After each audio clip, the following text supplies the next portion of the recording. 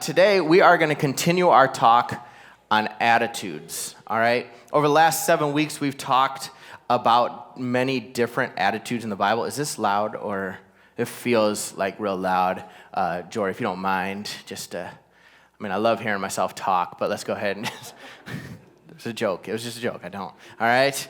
But over the last 7 weeks, we talked about many different people in the Bible, and we looked at what kind of attitudes that they carried with them. Some attitudes were good, some attitudes were bad, but everybody demonstrated some sort of attitude. And as I was getting prepared for this sermon, I started to think about when I was a kid, and it reminded me of one of my junior high pastors at my church. And he was actually one of my best friend's dads, too. So I hung out a lot with this family and stuff like that. But he used to always say this when we were younger. He would always say, attitude is everything.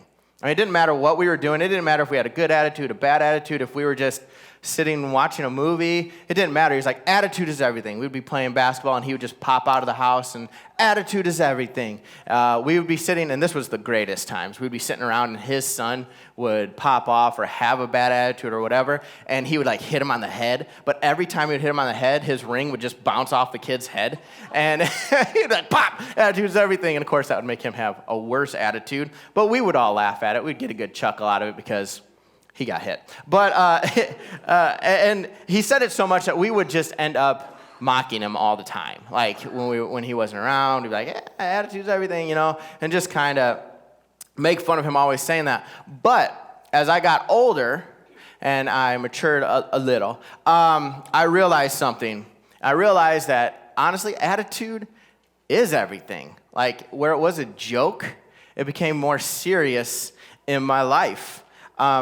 And then listening to these sermons and reading along about all these people in the Bible, even thinking about myself, I just realized that we all have attitudes. We all carry attitudes with us. And either we are pointing people to Jesus with those attitudes, or we are pointing people away from Jesus with those attitudes.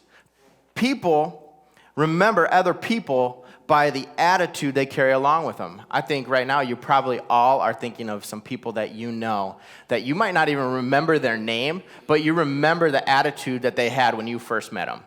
You might remember that they had good attitude or a bad attitude, or they were snobs or whatever kind of attitude. You don't even remember their name. You just remember they had a bad attitude or they had a great attitude. I love hanging out with those people. Don't know their name, but they had a good attitude, so whatever. This morning, I would like to start off by talking about a dude with a tude that you know personally. Myself. Me. I'll give you 2 examples of an attitude that I carried with me. I would like to start this story, though. It was about 2 weeks ago, and we were at the sports page, and I was really hungry. Okay? I wasn't hangry, but I was really hungry. Now, let me go ahead and paint this picture of how hungry I was for you today. That day, I ate breakfast in the morning, and then at lunchtime I went home, and instead of eating lunch, I decided to work out because I'm getting swole. No, I'm not. I'm just kidding. I don't get swole. I don't even say. I don't like saying that word. I'm gonna never say that. Remind me, never say that word again. All right. Anyway, as I was staying, just working out. Okay, so I didn't eat. Then I went back to work, finished my day, and then I went home. And on this particular day, we had basketball games. We had 2 basketball games. Both my daughters played basketball, so we had basketball games on this particular day. And so while they were and we didn't have time to eat dinner. So on this day, for some dumb reason, as my kids were getting ready for basketball, I decided, instead of having a snack, I decided to watch Beat Bobby Flay. It's one of my favorite food shows, all right? I just like to watch what he does. And of course, on this day, they're making burgers. And I love a good burger. And they're making these burgers. And if you ever watch that show or any cooking show, they're the best burgers ever. They look beautiful. I mean, you can almost taste them through the screen. That's how good they look. And I'm watching this. I'm like, man, I'm so hungry. And I'm not going to get to eat yet. And oh, no. And so I'm just watching that show. We head off to the games. I told Megan, I was like, hey, after the games, we're going to go over to the sports page, and we're going to go ahead and eat, and I'm going to get a burger, okay? So I'm already excited about this burger that I'm going to get, all right? And so we go to the games. I actually had to coach a game, too, for one of my daughters. And so we get through all these, and now it's like 8:45 at night. So remember, it's been about 12 hours since the last time I ate. I'm not hangry. I'm just getting really hungry at this point, okay? And we get to the sports page, and I order a burger. I order a glass of water, too. And for some reason, I don't know, it's like the biggest water I've ever seen in my life that they bring me. They bring me this big, giant water. It's sitting there, and I'm there, and Molly is right across the table from me, and Maddie's there, and Amira is there. So if you want to see how true this story is, you can talk to Amira after this. But we're sitting there. I order the burger, and we had to wait just a little bit. It wasn't a long time, but it was long enough because I'm starving at this point. And we're sitting there, and the burger finally comes out. And this is a burger, and this is a time where I'm not sharing. Don't touch my fries. Don't touch my burger. Don't touch anything. This is mine, all right? I've been waiting for it, and I'm ready to eat. And I get this burger all built up like I like it with all of the everything on it. I like everything on my burger, okay? I get it. I put the bun on top, and right when I put the bun on top, Molly's like, Dad, I need a fork. I'm like, okay, just hang on. I'll get you a fork. Just hang on, and again, here's this big, giant glass of water that I just had refilled. And I'm like, just hang on, I'll get you a fork. And of course, she doesn't wait. She's like, oh, I'll get it. And she hits my water. And the water goes like all over me. It's cold outside too. Remember, it's cold outside. The water goes all down the front of me, all down my I had sweatpants on, so that just absorbed it. That's great. Water all down the front of me, all down my pants. It actually went into my shoes, got my socks wet. I could sit there and tap my feet on the ground, and I'm in a puddle of water. But listen, that's not the worst part. The worst part is that water went all over my burger. I didn't even get a bite of it. Didn't even get to taste that thing, and it is ruined. It's just ruined. So I lose it. I just lose it. I lose it on Molly. Molly, are you kidding me? You couldn't wait? You couldn't wait 1 second for me to get you that fork? I just lose it on her. And then she cries. So now not only is my burger ruined, her whole night is ruined. It's done. She is done. She cried, I think, through almost that whole meal. Megan shows up, and she's still crying about it. But my attitude, and I know, guys, I could have reacted differently.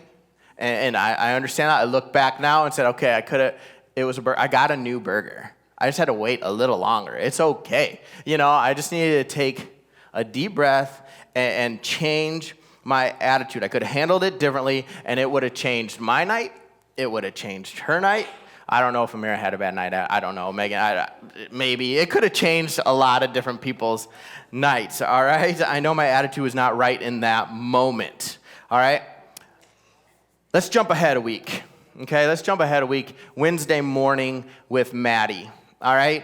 Now, every morning I take the kids to school, and we jump in the car, and we go to school every single morning. And every morning I like to have a mug of coffee, a cup of coffee. Now, mind you, Megan always is like, get a to-go cup, put a lid on it. Megan's like, you should just get one of those, cups that you can screw a lid on, you can reuse it. And I'm like, no, I don't like that. I like to have a mug of coffee. I like to actually open it, and I fill it up before we leave every morning. I don't know why I like it. It just tastes better out of a mug, okay? I just who I am, guys, just whatever, all right? I just like it better. I don't know. Maybe it's the challenge of driving with a cup of coffee. I don't spill it, all right? I don't know when the last time I spilled my own cup of coffee was. But anyway, that's beside the point. But every morning I get that cup of coffee. I fill that cup of coffee. I go to the car. I set it on the center console. And every morning I'm saying, Maddie, don't spill my coffee. Don't spill it. And then we'll buckle up. She's done great. Now, Maddie's pretty responsible young lady. So this particular morning, Wednesday morning, I'm like, I'm not going to tell her that. I'm not going to tell her to don't spill my coffee. She knows. She knows not to spill it. So I jump in the car. I walk carefully in the car because I got a cup of coffee. I put it on the center console, and Maddie, right when I put it on there, Maddie decides to put her seatbelt on like this. all right? I don't know where that comes from, but she, whoosh, and there's that hot cup of coffee all down the side of me, all in the on the chair, all in the cup holder. It's all over the place. So here again, I have this decision. What kind of attitude am I going to have? I yell, Maddie, my coffee, mainly because it's hot and it's on my legs. Not out of anger, but it's on my legs. And I'm like, and then I jump out of the car, take a deep breath. It's okay. Because I know my attitude in that moment is going to make or break her day. It'll make or break my day. Maybe even Molly's. I don't know. She's kind of oblivious. But anyway, I take a deep breath. It's all right. Run inside, get some paper towels, clean it up. It's okay. I refuse to change my pants that day, though. It's just pride, I guess. I don't know. I'm like, I'm not changing. I'm going to wear these until it dries. It did. Don't worry. And I smelled like coffee all day. It's great cologne. But I didn't lose my temper.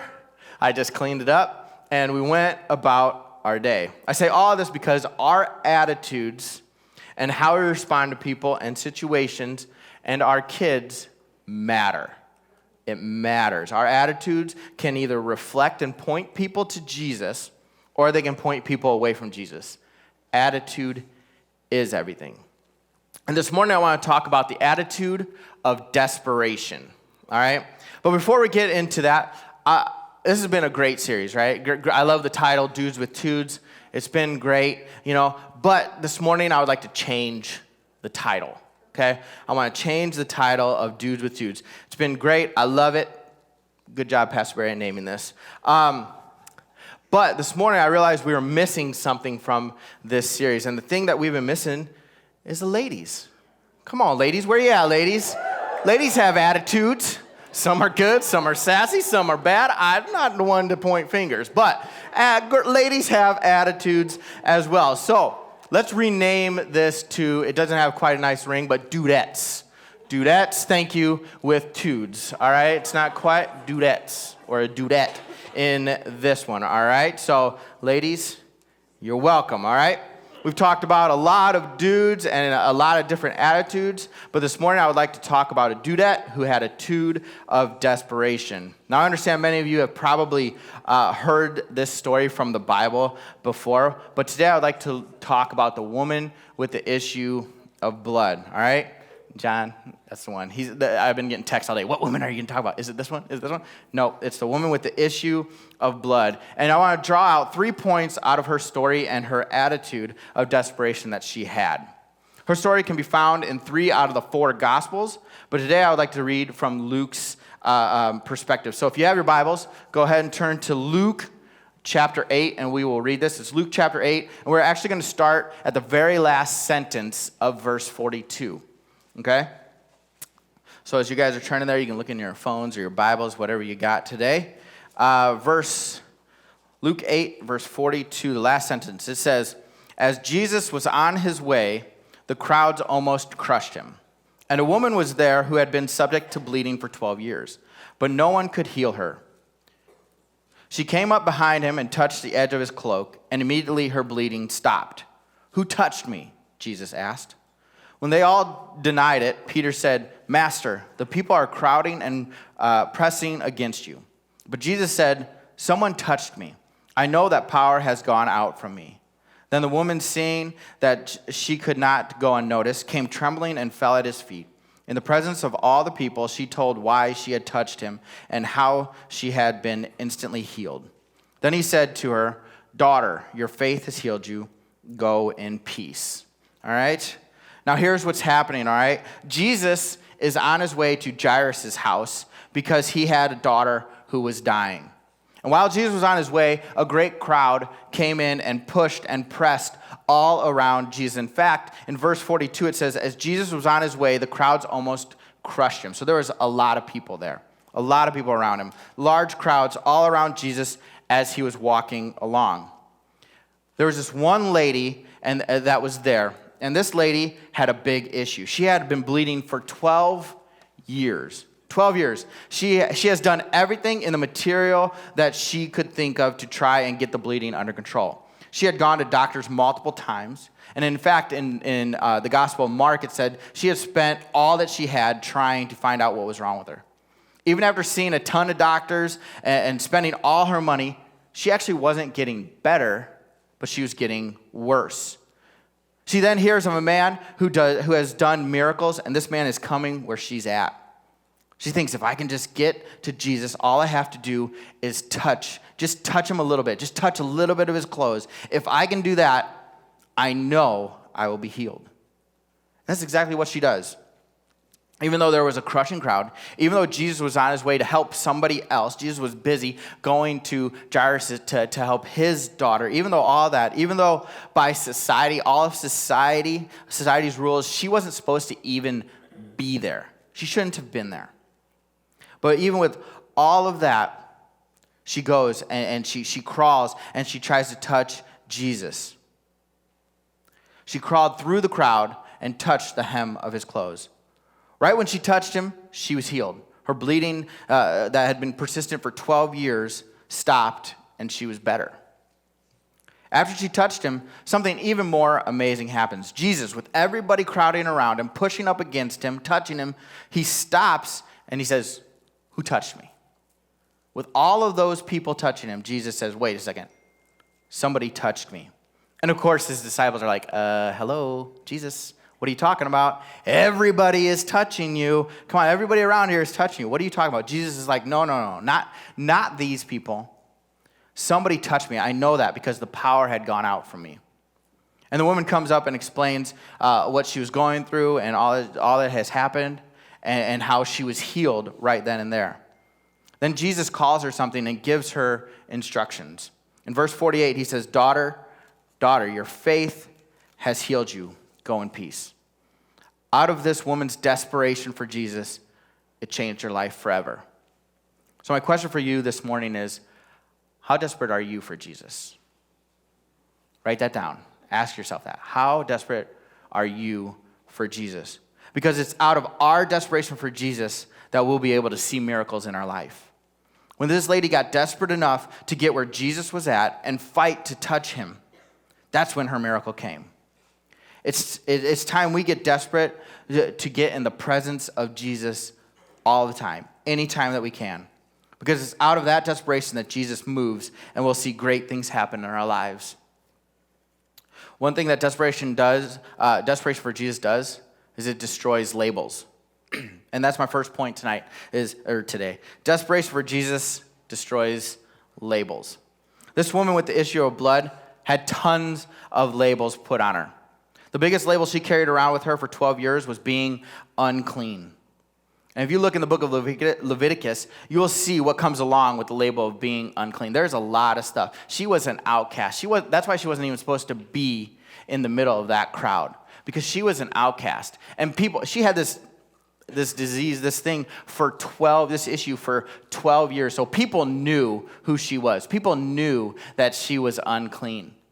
And listen, if you look in the book of Leviticus, if anybody was to touch her, or if she was to touch anybody else, they would be unclean.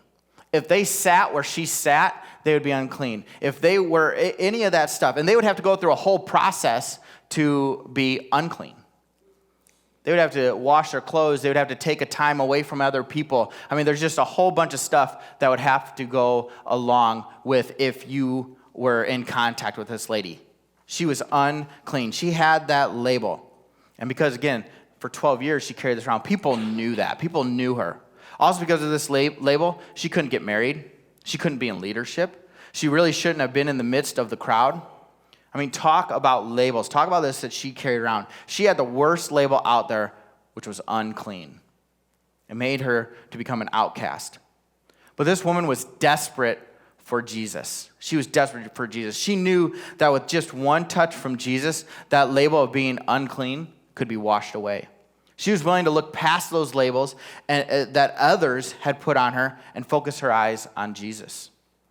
All for one touch from him. Again, I ask, how desperate for Jesus are you? Are you desperate enough to push past the crowd, to push past what the world has labeled you in order to find the one who can destroy those labels. 2 Corinthians 5:17-18 says, "Therefore, if anyone is in Christ, the new creation has come. The old is gone, the new is here. All this is from God, who reconciled us to himself through Christ and gave us the ministry of reconciliation." When we get desperate for Jesus, that we decide to lay down the labels of being the depressed person. We decide to lay down the labels of alcoholic. We decide to lay down the labels of having anxiety. And we lay them down at the feet of Jesus and just get close to him. Just get desperate for him. Then those labels, or whatever labels you have put on yourself or others have put on you that you've been carrying around with you, they're gone. And the new is here. Because Jesus takes them. You are a new person, a clean person, a person that is reconciled, and you have a new label. A new label. You are a child of God. But Jesus did everything he needed to do when he died on the cross. And now it's up to us to do our part. And our part is to get desperate for him. Our part is to push past the crowd and to touch the hem of his garment. And when we do that, we become a new creation. I'm so thankful that one touch from Jesus cleanses us and changes our labels. And as I look around this room, I'm already seeing so many who have gotten desperate for Jesus and dropped their old labels and are made new in Christ. But this is not a one-time thing. This is not a one-time thing. We need to stay desperate and keep letting Jesus change us from the inside out. Keep going. Keep pressing.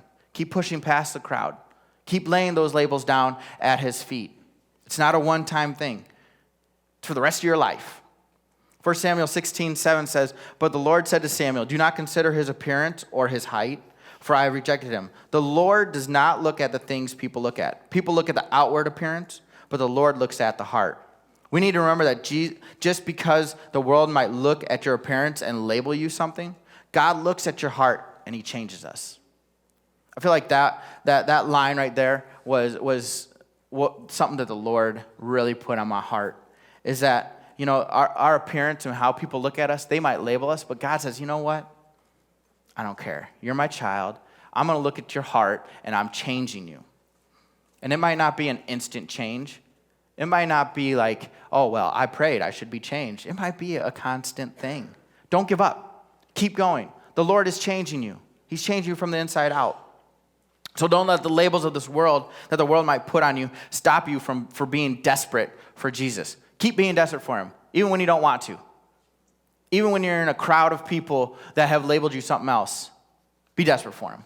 Keep going. Don't stop. Because he's looking at your heart. He is changing your label. Even as right now, as we're talking, he is changing your label. He is labeling you his child. He's labeling you beautiful. He's labeling you healed. He's labeling you blessed. I would rather have those labels. And if that means I have to get desperate for Jesus, so be it. I want those labels. I don't want the labels that the world is trying to put on me. Our job is to get desperate for just one touch from Jesus, just like the woman with the issue of blood. We could see that when she finally got desperate enough to go after Jesus and crawled through the crowd and touched him, her label was changed. Jesus changed her label from unclean to, in verse 48, he called her daughter. He called her daughter. Her label from there on out was changed by the one who matters. Don't wait 12 years. Don't wait until you hit rock bottom. Don't wait until you think you're ready. Go after Jesus now. Get desperate for his presence now. And watch how he changes you from the inside out, and how he will destroy any labels the world might put on you. Desperation for Jesus destroys labels. You are no longer unclean, but you are his son, you are his daughter. And those labels are so much better than any label you might be carrying around with you from the world. Another thing that desperation for Jesus does is it creates a new posture. Desperation for Jesus creates a new posture. In this passage, we see that this woman, she carries two postures with her through this passage. All right, in Luke 8:43 it says, "And a woman was there who had been subject to bleeding for 12 years, but no one could heal her."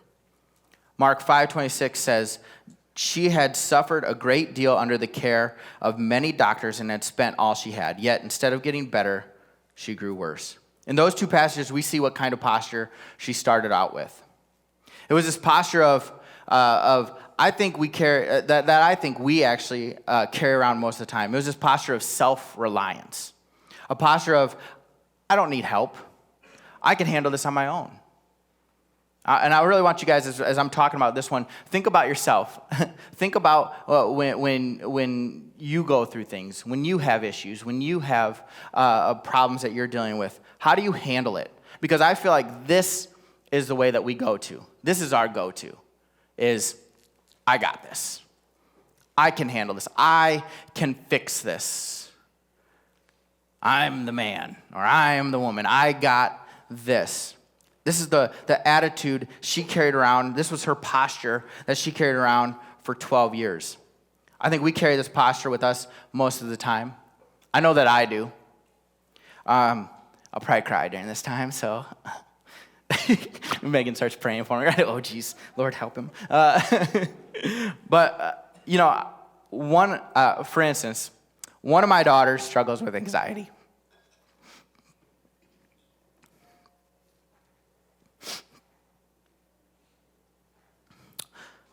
Like, it gets her pretty hard.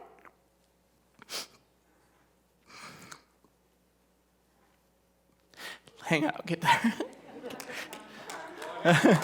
I'll get there. It gets her hard, especially at night.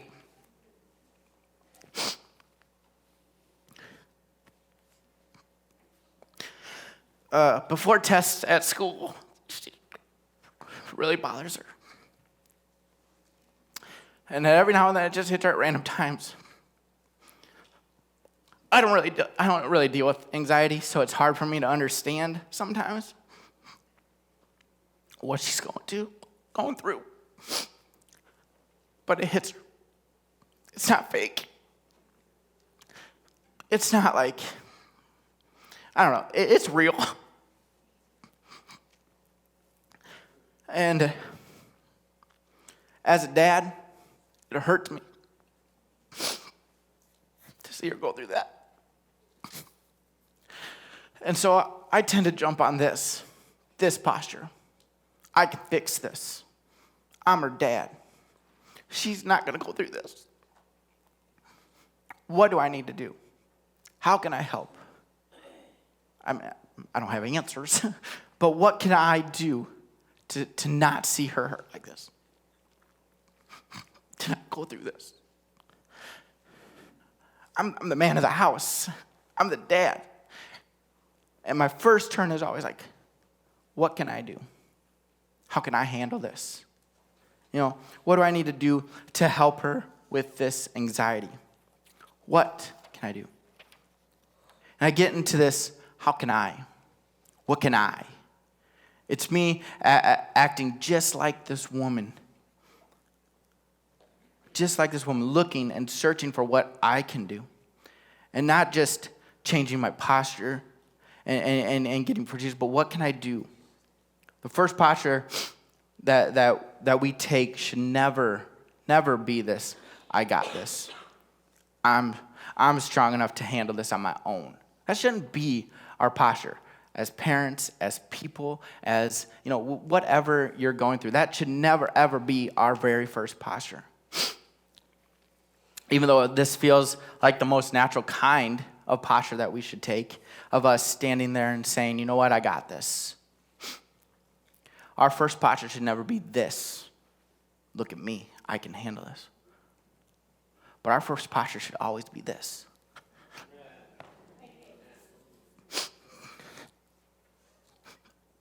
For me, this is hard. This posture is hard. Why? He is the only one. He's the only one that can help with anything. Our first posture should be, I need you. Our first posture should be, Jesus, I love you. Our first posture should be, I'm useless without you, Jesus. I need you here. I think I'm done crying. I think I'm done. But that needs to be our first posture. I wonder what would happen if that woman took that posture first instead of waiting 12 years. It's hard to see my notes. I'm sorry. After 12 years of suffering, this woman finally figured that out, and she changed her posture. Don't wait 12 years. Don't wait 12 minutes. Use that posture first with anything, every issue, everything that you're going through. She went from running to everybody else to finally, in Luke 8:44, she came up behind him and touched the edge of his cloak, and immediately her bleeding stopped. She got desperate for the touch from Jesus. She got desperate enough to humble herself and get to Jesus no matter what. It's time we get desperate enough to be with Jesus that we are willing to change our posture. We're willing to stop trying to do everything on our own, and we get willing to humble ourselves and run to the feet of Jesus. James 4:10 says, "Humble yourself before the Lord, and he will lift you up." 2 Chronicles 7:14 says, "If my people who are called by my name will humble themselves and pray and seek my face and turn from their wicked ways, then I will hear from heaven and I will forgive their sin and will heal their land." When we are faced with difficult situations, when you're dealing with anxiety, depression, financial issues, medical issues, when you are dealing with something out of your control, what is your first move? What posture do you take first? Are you taking the posture of standing up and trying to fix things all by yourself, all on your own? Or do you take the posture of Jesus, I need you? Because desperation for Jesus will always take you to your knees. Desperation for Jesus will put pride aside and cause you to run to the cross. Don't wait 12 years. Don't wait until you have nowhere else to turn before you get desperate for him. Run to him with desperation. Humble yourself and get before him. He is always there for his children. Make this posture your go-to move when faced with anything, big or small. Desperation for Jesus creates new posture.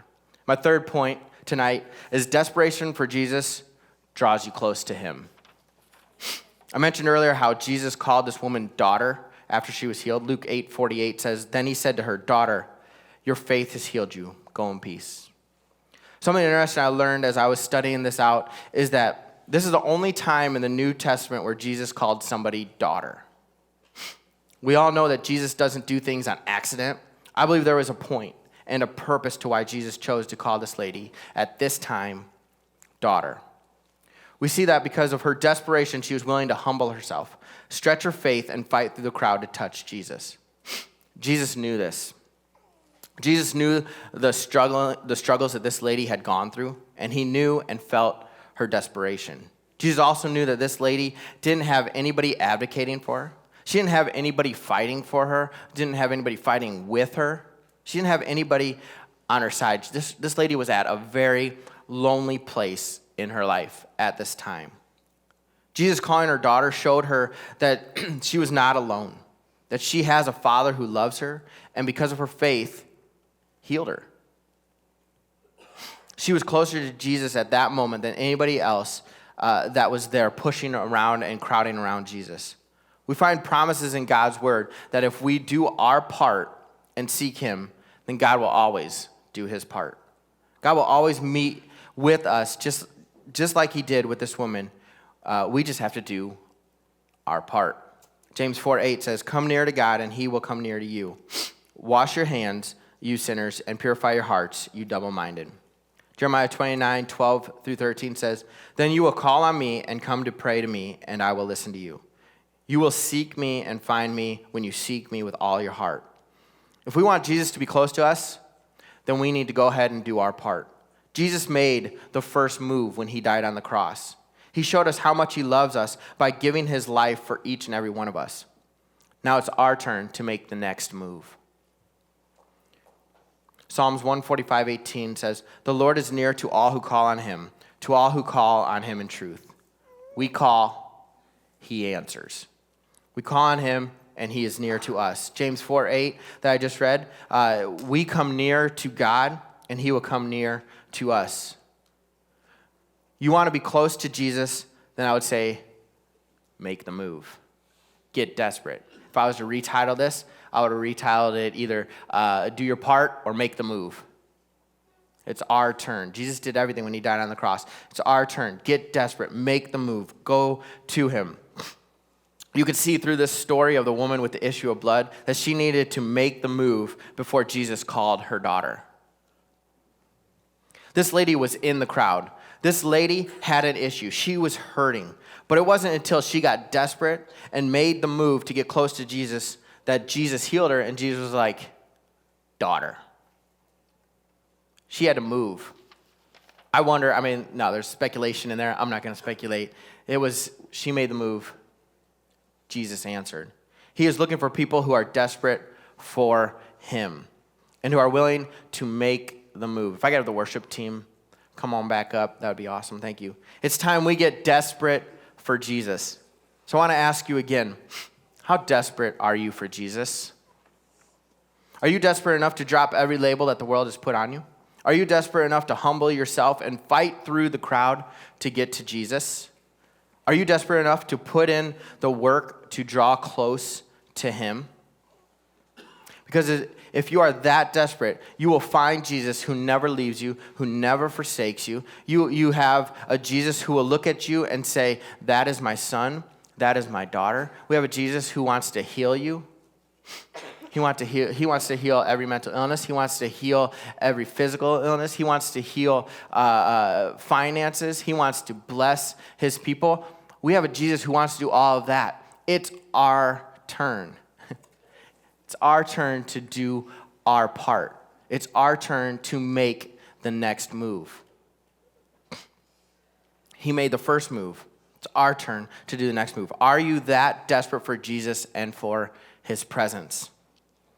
I don't know about you, but I don't want to wait 12 years and run to Jesus as my last resort. I want to run to him as my first resort. I don't want this, look at me, I got this, to be my first move anymore. I want this to be my first move. I want that first move to be at the feet of Jesus. And then I want to go again. And then I want to go again. And then I want to go again.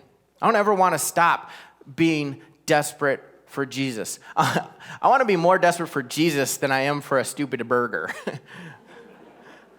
I want to be desperate for Jesus. Let him be your food and your drink. You can go ahead and start playing, Daniel. Let Jesus be that. We need to be desperate for him. Run to him first. And when you get desperate for Jesus, the labels that the world has put on you, they'll start to fall off.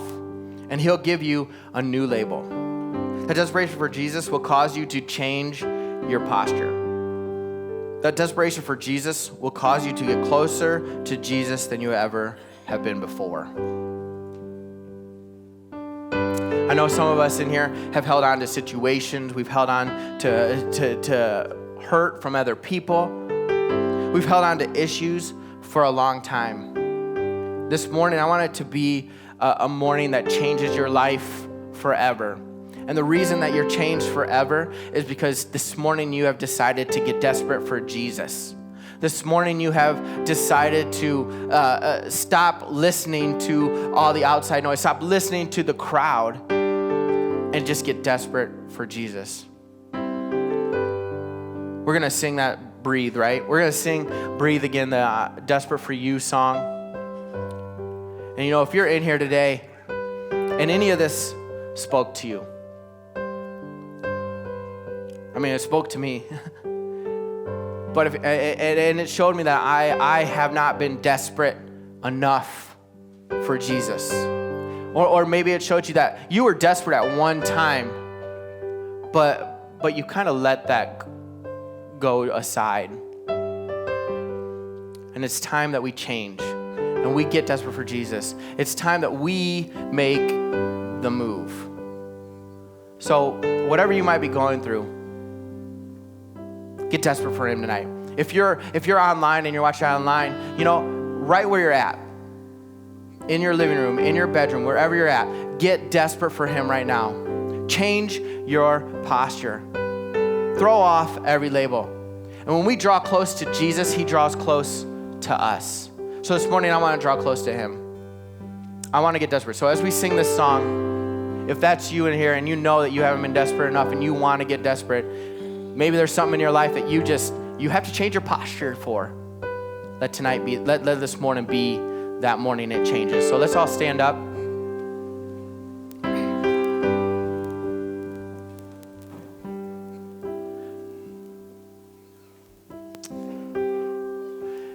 And as we sing this song, I want us just to get desperate for him. And I think desperation always brings you to the altar. Desperation for him always brings you to his feet.